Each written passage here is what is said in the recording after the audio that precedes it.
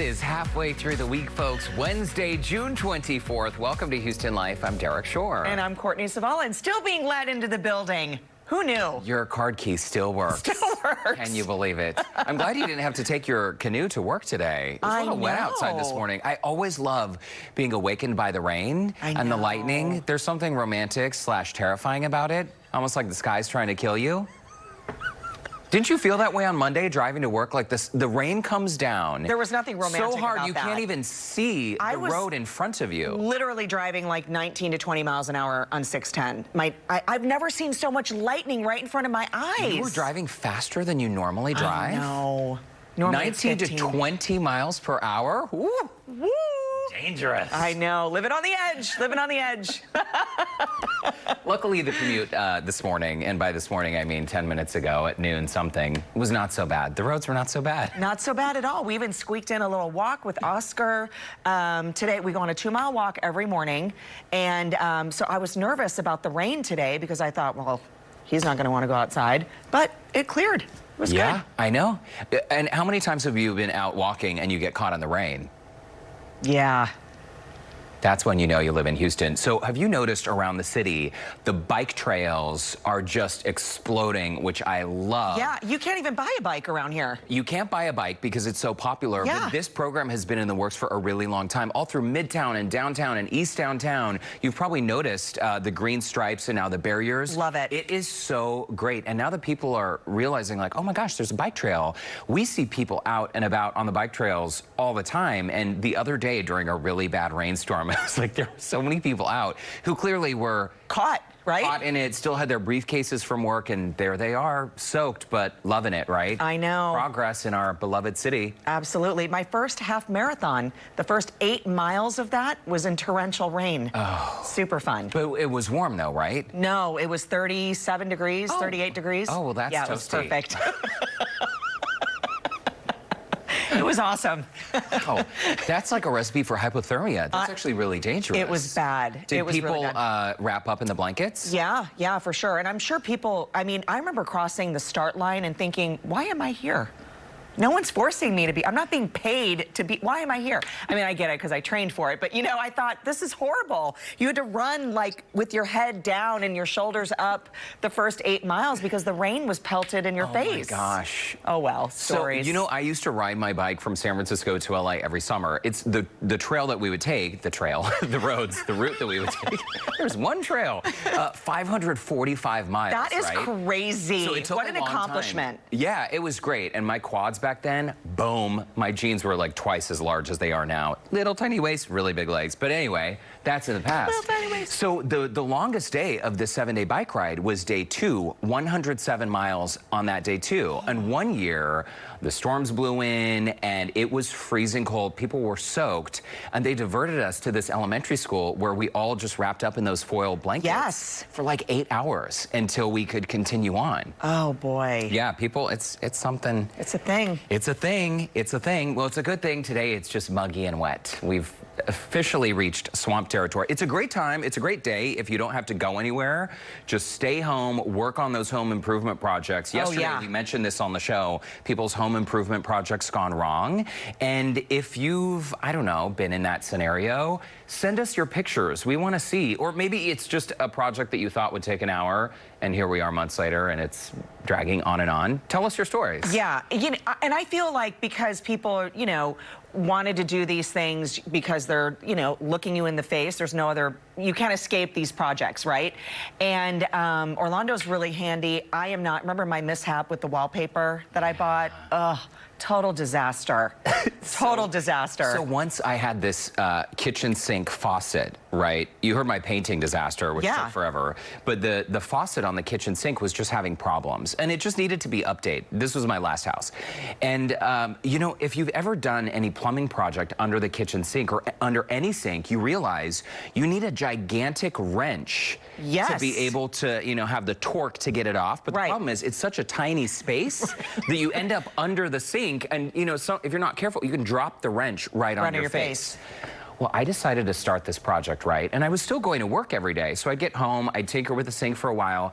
I could not get the old faucet off because I couldn't get the wrench, you know, to undo the bolt underneath or the nut underneath. So I ended up sawing it off. You did? I had to get a hacksaw. And this, by the way, the project had gone on for 2 weeks. Oh, my word. So my kitchen was a wreck. I couldn't use the kitchen sink. I think I was, you know, like filling up pots to cook with, like in the bathtub. Right. Things we do, I know. You know what's funny is I painted our half bath as well, and I remember when I wanted to do it, Orlando was like, "You're on your own." I think he taped it off for me, but I painted, not a problem, I painted it. And this was like years ago, okay? And during quarantine, he was saying something about like, this is so weird because the wood in there, why does the wood floor have like a discoloration over there? And I said, oh yeah, well that's when I spilled the gallon of paint in there. And apparently the way that my ladder was set up and the drop cloth on the bottom, the spill hit that little tiny spot that it didn't actually get to the corner of the wall, right? So there's a little space that was open. That's where the paint went, underneath those beautiful hand-scraped wood floors. You spilled an entire bucket of paint? Oh, in the bathroom, yes, a gallon of paint. Luckily, it went on the drop cloth, but there was a little spot in the corner. That got through, yeah. That got through. So, yeah. Well, if anyone out there needs help painting a bathroom, don't call me. Don't call us. Don't call Courtney. So one of our producers, Olivia, she is so talented. We love having her on the team. I guess she and her husband decided to do some sort of home project. I don't know what it was, but I think we might have a photo. Oh, well, that is a major project. What is that, a bathroom? It looks like they're redoing their bathroom. So they took it down to the studs part way. Okay. Wow. So that's very large project. That's a big What project. were they doing? What were they doing? What is that wheelchair doing in there? Remember when I found a wheelchair in my front yard? Woke up in the morning, there's a wheelchair in my yard. I don't know. Sorry, City that was living. I left it there. How interesting. Yeah, handy thing to have just in case you break a leg. Well, wow, Olivia, that looks like a very intense project. We wish you well. And that's I wonder, really extreme. Are they still working on it, or do they call in help now? Because that looks like you might need some reinforcement. Yeah, I don't know. Oh, wow. Okay. Well, speaking of photos, did you guys see the 4 p.m. news yesterday right here on Channel 2? So I guess they had this topic. I missed it somehow. And we were in a meeting. Oh, we were in a meeting. Yes. we were in a meeting. I guess it aired near the end of the newscast. But apparently, there's this new study done by Colorado State University. And when it comes to online dating, if you're a dude and you are posing in your profile picture with a cat, you're less likely to attract a date. Yeah. Okay, so college-age women were the ones who took part in the study, and researchers saw essentially different results if they had pegged, like the guy on the right, someone would look at him and say, a cat person. I'm loving the slow zoom on this. This is really making me just giggle. They both look like, you know, fine gentlemen, and I don't see a problem with the cat. But apparently... Apparently it's not a chick magnet, apparently, or a partner magnet. That's what they're saying. That's what these ladies are saying, that they were surveyed. They don't like it. I wonder why they don't like it, though. It's interesting, because cats are cute and I mean, sometimes they bite and scratch you. You make it sound like a bad thing. And do a #1 on your furniture that you then have to burn in the backyard. No, but they're cuddly, so if you're a dude posing with a cat, I mean, doesn't that sort of convey that you have this... like, well, isn't it side? true? Like, I don't have a cat because I'm allergic, but isn't it, you know, there's that saying where my cat's like a dog. Isn't it true that most cats are quite independent? Like, they're not cuddly. Like, when people come into the room, maybe they scurry off. Or maybe they look at you and they're like, live or die, bye. Right, and later. then walk the other way. Who are you? Who are you? Yeah. Same old dress.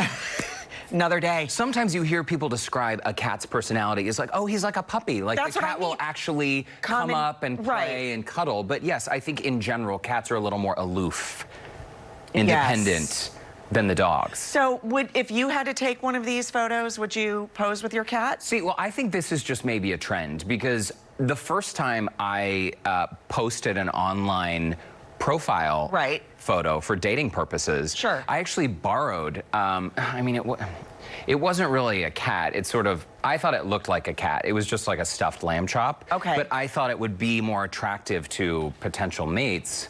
Just Like the sensitive pet owner. the sensitive pet owner. I mean, I feel like we all have, allergic or not, I happen to be very allergic to cats. Me too. But I feel like we all have some sort of photo with a cat, right? I mean, I think so. Oh, our producers are telling me that we actually have, oh, wow. Yeah, That was before the dental work. Yes, that's before I had braces and implants and the works. But yeah, that was my look. And I figured, wow, that background, that was such a great background. I remember this day really you well. loved that little lamb chop, didn't you? Oh my gosh, I loved it. This was probably, I don't know, 25 years ago, really before online dating was a thing, but... It was new. It was quite new. It was new. It didn't work out for me. No. No. Turns out I had to move to Houston to find a mate. What about you? Did you ever... You know, I dabbled. You know, I didn't have luck in the online dating thing, and I tried really hard. I wanted to be kind of like the fun party girl in mine. Oh yeah. You know, just kind of And I thought I conveyed it well, but what do you think? Yeah. Well, that's lovely. Right? I mean, I'm right there. I think my face is saying, "Gosh, I hope I don't get an allergic reaction right now." Yeah, gosh, I hope I remember to take my Claritin. Wow. I mean, it is amazing how subtle your fear of cats is. I didn't think that was so obvious. No one would ever know that you're a little bit afraid. No. I mean, it just, those pictures aren't weird at all, right? No. Like if I were stumbling through an online site and I saw that photo. I would go to the profile and want to know more. I definitely want to know more. Like, what's happening here? Wow. Yeah. Good stuff. I didn't discover I was allergic to cats, I think, until I was in high school. And I used to work at a swimming pool where I would teach kids how to swim. Why are you laughing already? I thought you were going to tell me you work somewhere with cats and then you talk about a swimming pool. I wasn't expecting. Are you suggesting my stories are hard to follow? Not at all, but I didn't know there was going to be a cat correlation with the swimming pool. Please continue. So did you know I was allergic to cats? Yeah, so I worked at a swimming pool. And it turns out cats don't like water. No, there was this family who owned the pool where I worked, and it was a really big deal because this was my first, I think I made $6.50 an hour, which was a big deal. That's a big deal back then. I mean, I was a junior in high school or maybe a sophomore, and I loved this job. I was super tan. My hair was blonde. Right. Oh, yeah. Some viewers have written to me because we've shown these photos before, and they're like, oh, nice frosted tips. Nothing frosted those tips except the sun and sky, people, so don't judge. Some lemon juice? Did you put lemon juice in it? Maybe some lemon juice. Maybe some peroxide. I don't know. I might have had a little help. But the family who owned the pool, they became friends, right? One of my best friends, Holly, her family owned the pool. They hired me. I worked there. I would hang out with them. Her mom, Debbie, would cut my hair with a Flowbee. Looked amazing. But they had this cat, Tiger, and I would go to their house and have these out-of-control allergic reactions, and I didn't put it together. I was very sheltered growing up. You know this about me. So it took me months before I realized, oh my gosh, it's the cat. And then what happened to Shelby and the amazing Flowbee haircuts? No more? Was her name Shelby? What was her name? You know me, I can never remember. What was her name? Your short-term memory. What was her name? Shelby. What was her name? It wasn't Shelby. What was it? The friend was Holly. Her mom was Debbie. There's no Shelby unless you're watching Steel Magnolias. I am my mom. I am totally my mom. I know, Mom. I am you. I am you. I have somehow created that gene in me. It's happening. That's my mom. My mom says stuff like that. Is your mom named Shelby too? No, her name's Eileen. But did she ever cut your hair with a Flowbee? Because that would be a great look for you. No, my hair would get stuck in that. There was no way. Where did I get Shelby from? I don't know. Flowbee, Holly, Debbie. It was a Shelby. mix. Yes. Anyway. It's like when celebrities combine their names. Yes. Brandon and I have combined our last names. You did? for the wedding? Shork. Oh. Short and Bork. Shork. I like it. It's so much more efficient. Yeah. Very hard to spell. A lot of Q's in there. Oh, goodness. Okay. So, do you ever talk to Shelby. Yes. Debbie, Holly? Yes, I talk to Holly and Debbie every year on their birthdays. Okay. Debbie's birthday is December 3rd, Holly's is December 5th. Do they still have cats? I don't know. Okay. I don't know. I'm going to have to text them right after the show. Okay, well, why don't we shift gears, folks? Yes. Let's get serious for a moment. Maybe we can find a box of Kleenexes before we move on to the next segment. But you know, of course, June is Pride Month. Yes. And with everything going on in the world, typically at Channel 2, we make a big deal out of it and we do a thing and all of that. We did our Pride Bingo, right? We did. It was so fun. Right. But the reality is today we're going to have a very serious conversation about Pride Month because we want to address the need for LGBTQ self-care. Later in the show, we're going to chat about the importance of mental health for this community, especially with ongoing social unrest and COVID-19 concerns. It's a conversation that needs to happen for sure. Looking forward to that. Plus, do you feel like you've tried absolutely everything to keep the kids entertained? Check this out. That's AJ and I in the kitchen. What about bonding with them while cooking? We're going to share some kid-approved recipes. Your little ones will love to help you cook and eat. This one is stamped with AJ's approval. Cannot wait for that. And after the break, home alone again. See, ask and you shall receive. Find out how to prepare your dogs for when you return to work. We're gonna learn some tips to keep the little fur babies happy right after this. Welcome back. With more businesses opening across Texas, a major concern for dog parents is heading back to work and leaving their pups home alone again. Puppy expert and owner of Believe in Dog Training, Stephanie Bennett, joins us now with some tips on how to help with the transition for our fur babies. Hi, Stephanie, and hi, Texo. Oh, little buddy. You know, it's so crazy because our dogs and puppies have been spoiled during this time because we're all home, and this is a major transition for them, correct? Yes, they love it so much. They've just been relishing in the fact that we're home with them all day. They're such social animals, which is why they love it, because we like to be social with them. They like to be social with us. But they love everything to be the same. So if we go from being home all the time to suddenly being home hardly at all again, then that's going to be a really hard transition. And I'm already starting to see it. And Stephanie, is that transition something that we should start making now? Like little by little, should we start leaving the house for, you know, a couple hours at a time?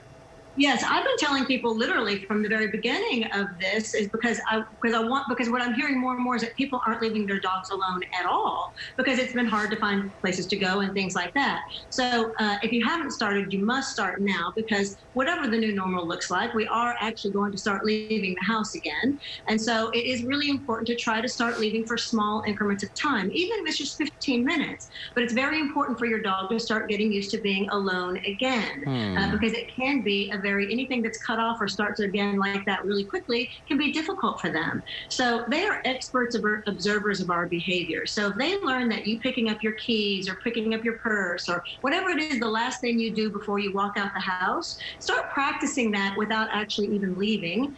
And then leaving for like 15 minutes and then, you know, running to the grocery store or 30 minutes. You're doing this, just little bits of time coming back and forth and then doing the same routine that it looks like when you're leaving the house, just to slowly start to get them used to that again.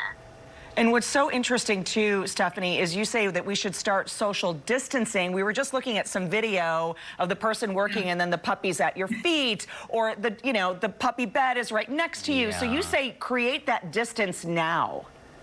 Yes, start doing so. Don't let your dog be Velcro dog, meaning following you every single place that you go. So whether it means, okay, I'm going to go check the mail, or start practicing that, letting them be in their crate in a different room for just a few minutes. It's a real important thing for them to be in a crate when you're home. That's really good. Or can I be in my long-term confinement area or a safe space? But start practicing because we see they're like, what are you doing? Well, how could you definitely leave me alone? I don't want to know.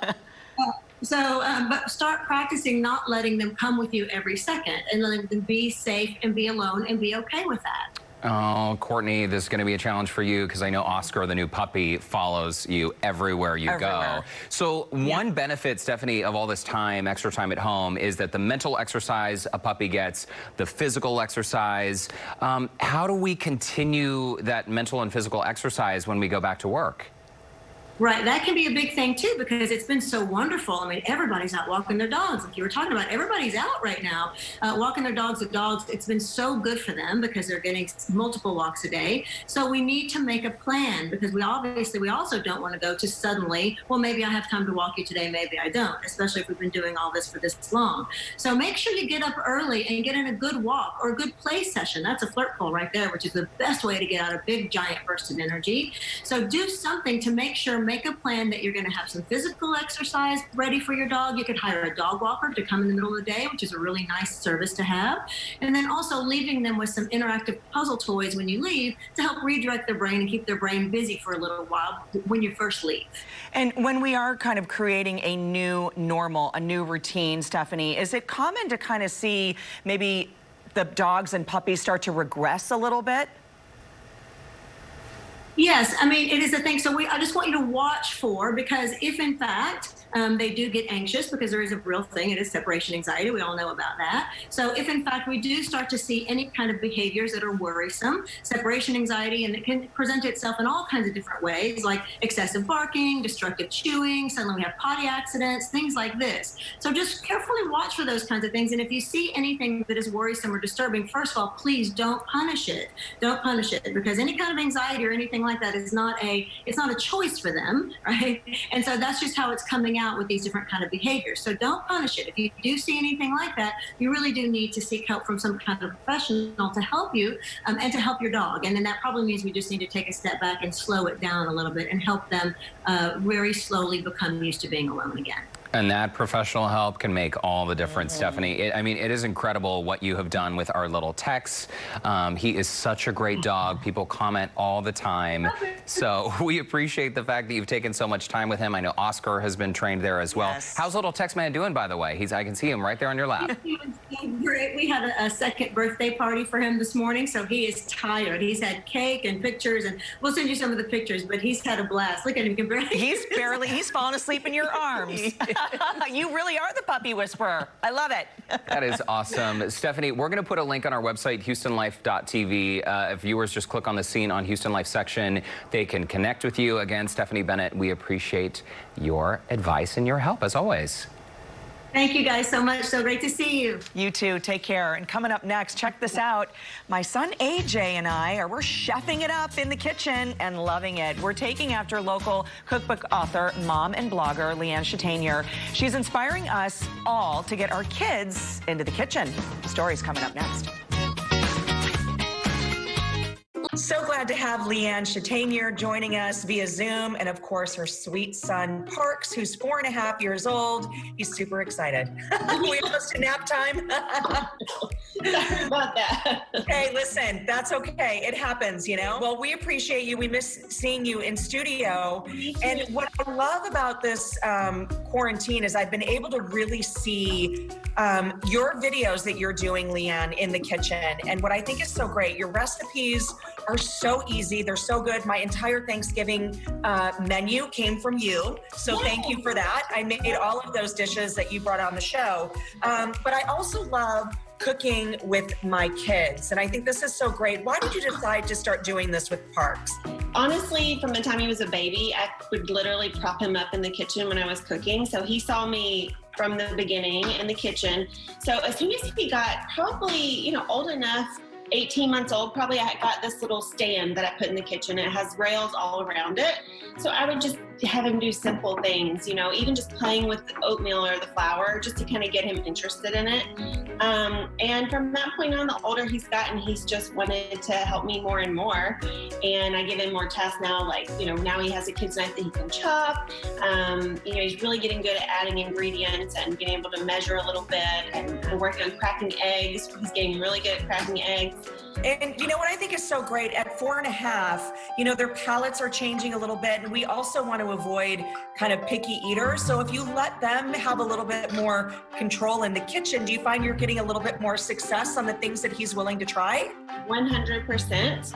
I find that most kids, if they help make whatever is for dinner or breakfast or lunch, whether it's vegetables or fruit or whatever it may be, they're way more likely to eat it. because they, they helped make it. So they touched the ingredients and they felt it, and it's not foreign, and they knew that the spinach was going to be in there, so they're much more likely to eat it. Well, and I've got to talk about, because Parks has his little kid knife, right? And I've got one for AJ too. So we've got that. You would recommend something like this if we're going to have our kids in the kitchen, right? Yes. I mean, it teaches great knife skills, but obviously safe knife skills, so they cannot, cut themselves with these sorts of knives. But they really are so realistic that it shows them how to hold it, how to chop it, and you can really go over knife safety that way and, start those good habits early on. Okay, before we get into the ingredients, and I'm going to let you go cook, and then AJ and I are going to go make it as well. What is this experience like for you? We know what it's like for Parks, but what's it like for you to be able to bond with him that way? Because I know you grew up watching your mom, your grandma in the kitchen. So what's that experience like for you? Oh, I love it. Nothing makes me happier than having him in the kitchen with me and seeing him, be so excited about ingredients and, pizza doughs, and just like making food from scratch is just, I hope that it continues as he gets older. And I hope that one day, he loves being in the kitchen as much as me, because that's where it all started for me was, being with my mom in the kitchen. I don't know if you could see, but he was in the back going like this. Yes. I love it. Okay. I know you have a really great, delicious recipe for us today, and you call it Green Monster. Yeah, well, I just think it's fun for kids. I find that when you give it a fun name, that's another way to get them to eat it. And this particular recipe is packed full of, it's got spinach in the pesto, and then we also put green peas on top. Okay, well, I'm going to let you take the lead. I'm going to watch you, and hopefully I'll have the skills in my kitchen like you and Parks do. I promise you all will be just fine.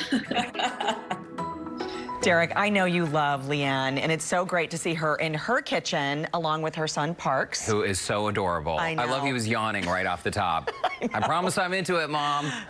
Is this almost over? I know, but we had such a great time, and stick around because after the break, we're sharing the delicious kid-approved recipe. Can't wait for that. We'll be right back. Well, welcome back. Let's get a check of the weather now with meteorologist Eric Brate. Eric, how you doing? Doing very well.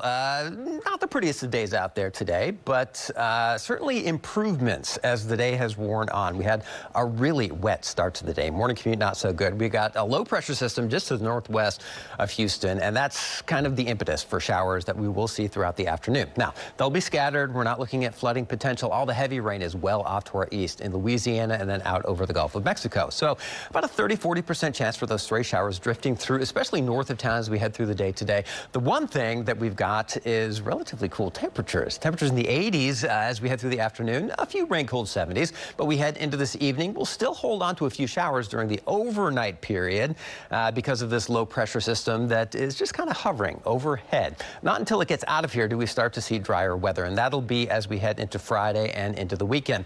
Right now, though, we are seeing a few peaks of sunshine through the clouds. You can see them on 59 freeway there. Temperatures in the 80s to upper 70s. Where the rain is falling, that's where the temperatures are in the 70s. So your forecast as we head through the day today, we'll call for a high in the mid-80s, give or take. 40% chance for rain through the afternoon. We will hold on to the rain into the evening, but on our 10-day forecast, rain chances go down into the weekend. African dust moves in, though, so it's going to be a hazy weekend.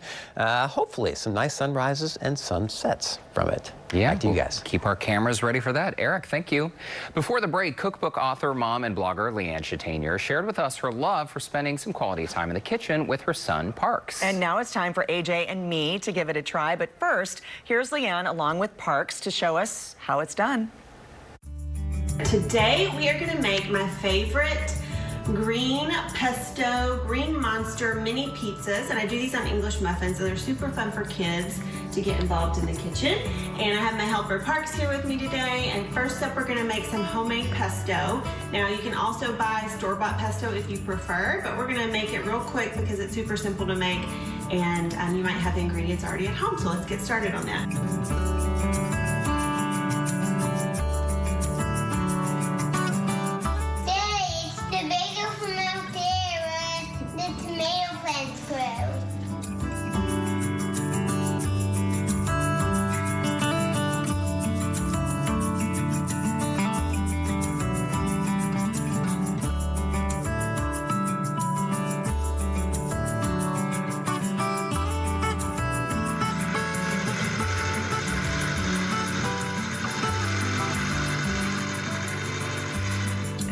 this is the consistency that you're wanting right here. You can see how yummy that is right there, okay? So we have some English muffins here that I've already cooked off for a couple minutes in the oven. That just kind of toast them enough where they can hold the sauce and they're not going to get soggy. The other thing I went ahead and did in advance is roast some tomatoes. This is just sliced grape tomatoes into a 400-degree oven, olive oil, salt, and pepper until they get nice and dehydrated. And they get nice and sweet and caramelized that way. So now the first thing we're gonna do is put the pesto on the pizza. So Parks, you wanna help me do the pesto on the pizza? So here you can also add pepperonis if you wanted to. You could add bell pepper instead of tomatoes. So again, use what you have on hand. These are just frozen peas that are defrosted. So again, super easy, very pantry, freezer friendly. Oh, I like it. You just keep doing this little assembly line. If you have multiple kids, even better. Everybody can make their own. You could also use miniature naans here, or you could use tortillas if you don't have English muffins. Good job. Pizza. I like it. Aren't these fun to make? Mm-hmm. And then I just have these on a cooling rack on a baking sheet, and that's gonna keep the English muffin nice and crispy. It's gonna let the air go underneath the English muffin in the oven, and that's gonna keep these nice and crispy and toasty, which is just the way we want them. All right, so you can see the finished product here. And these are just gonna go into the oven until we're nice and bubbly and delicious. All right, so these are super hot. They just got out of the oven. You can see how delicious they are. I want you to make these for my birthday. For your birthday? That's how good they are, guys. All right, we're gonna try our pizzas, a little pizza cheers.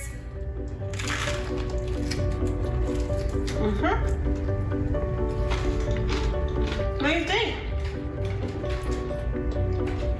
Thumbs up. Kid approved. I'm gonna turn it back over to Courtney, and she's gonna also try and see how easy this recipe is. Goodbye. Bye. And with that, AJ and I have to give it a try. We begin by roasting the tomatoes. Next, we add pesto, mozzarella cheese, and the roasted tomatoes on the English muffins. Okay, our pizzas are ready. You ready to see them? What does it smell like? Delicious? No, it smells like paradise. It smells like paradise. Oh my god, that looks so good. Check it out. Oh my gosh. That looks so good. Ah, perfect.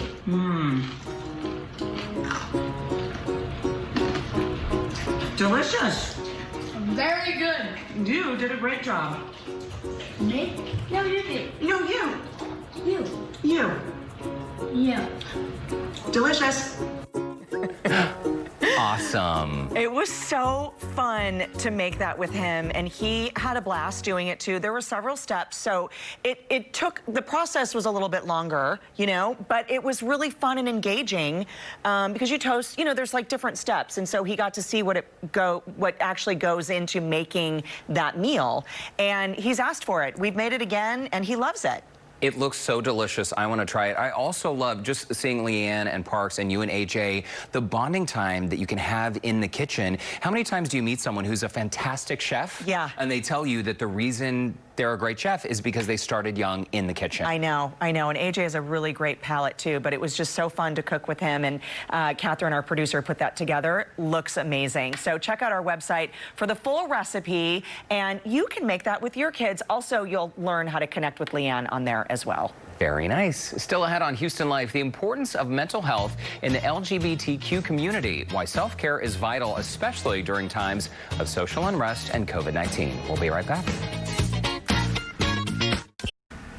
Welcome back. This year has been an emotional roller coaster, and having good mental health is really vital. In celebration of Pride Month, we want to stress the need for self-care, especially in the LGBTQ community. Menninger 360 Program Director and licensed clinical social worker Matt ESTEY is here to share the importance of mental health in the LGBTQ community. Welcome to the show. And first of all, let's just jump right in. I know when it comes to statistics, clearly there are fewer LGBTQ folks in the population than the heterosexual community. But the reason why this conversation is important, Matt, is because if you are part of this community, you are much more likely to experience stress and thoughts of suicide even. Yeah, that's absolutely correct. So the LGBTQ community is about 3.5% of the population of the United States. For reference sake, that's about the population, a little bit greater than the population of Kentucky.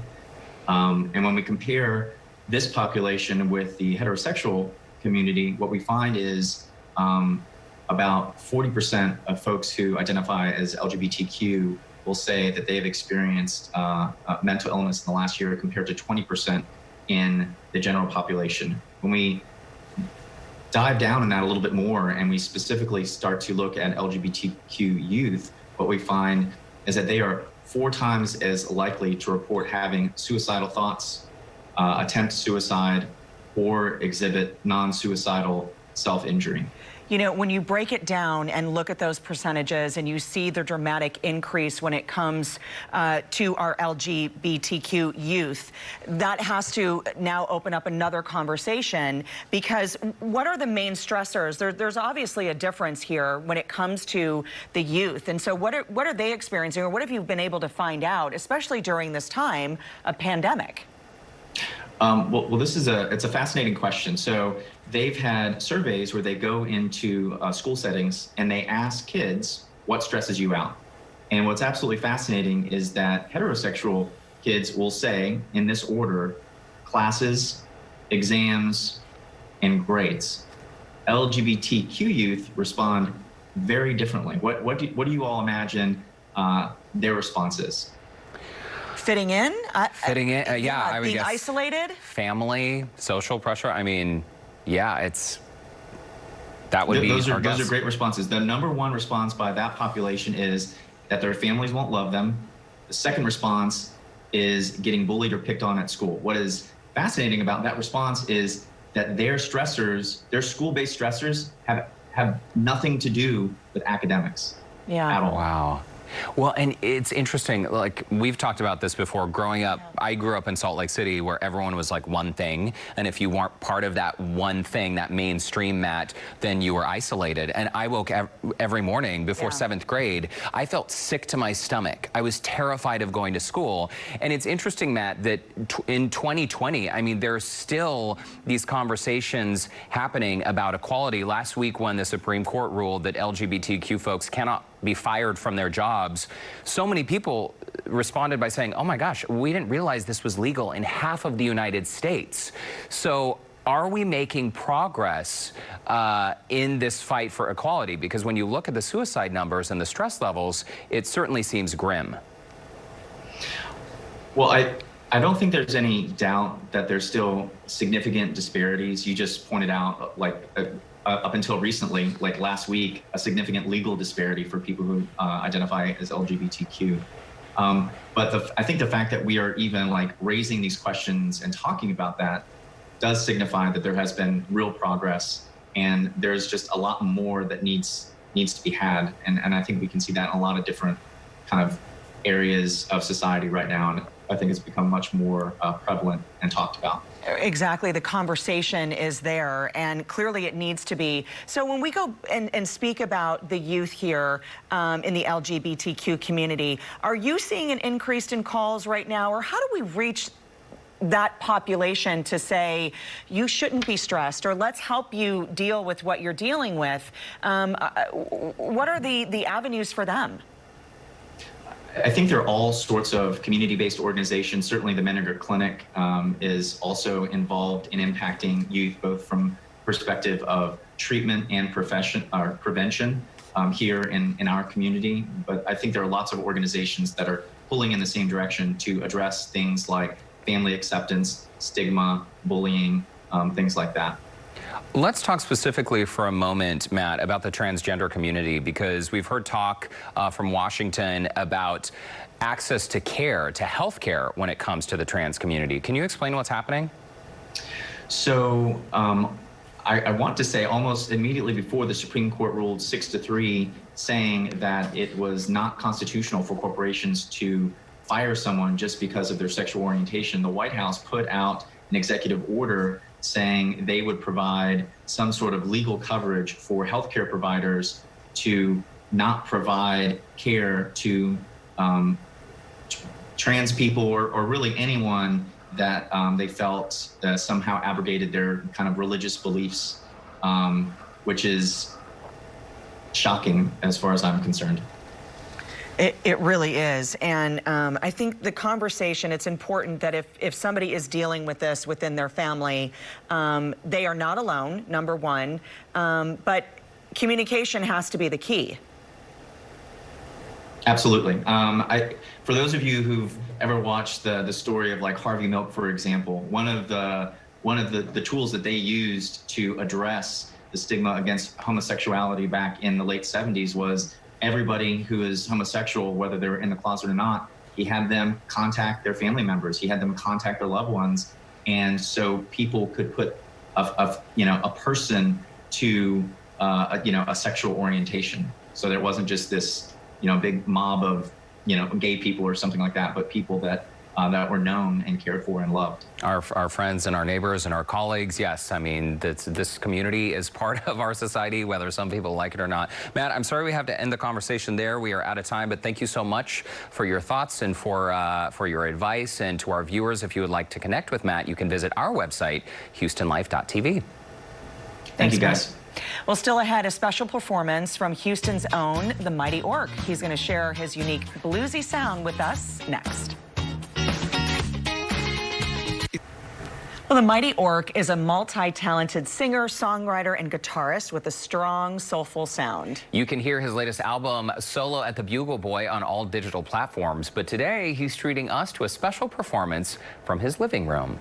Hi, Derrick. Hi, Courtney. Thanks so much for having me on Houston Life. This song's called I Feel So Glad.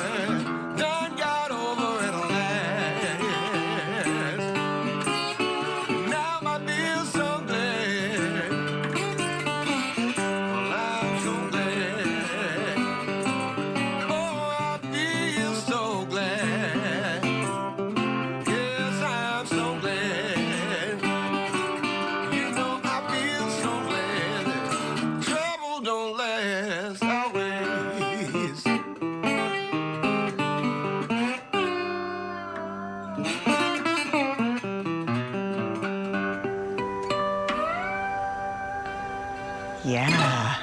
He has got a great sound. I love his style on his guitars, too. I know. There's something about a good old blues song that just, like, sums it up, you know? The Mighty Orc hosts weekly virtual concerts right on his Facebook page, and you can watch him live tonight at 6 p.m. Yeah, very nice. I'll tune in. We will share a link to that, his page, on our website. We'll be right back.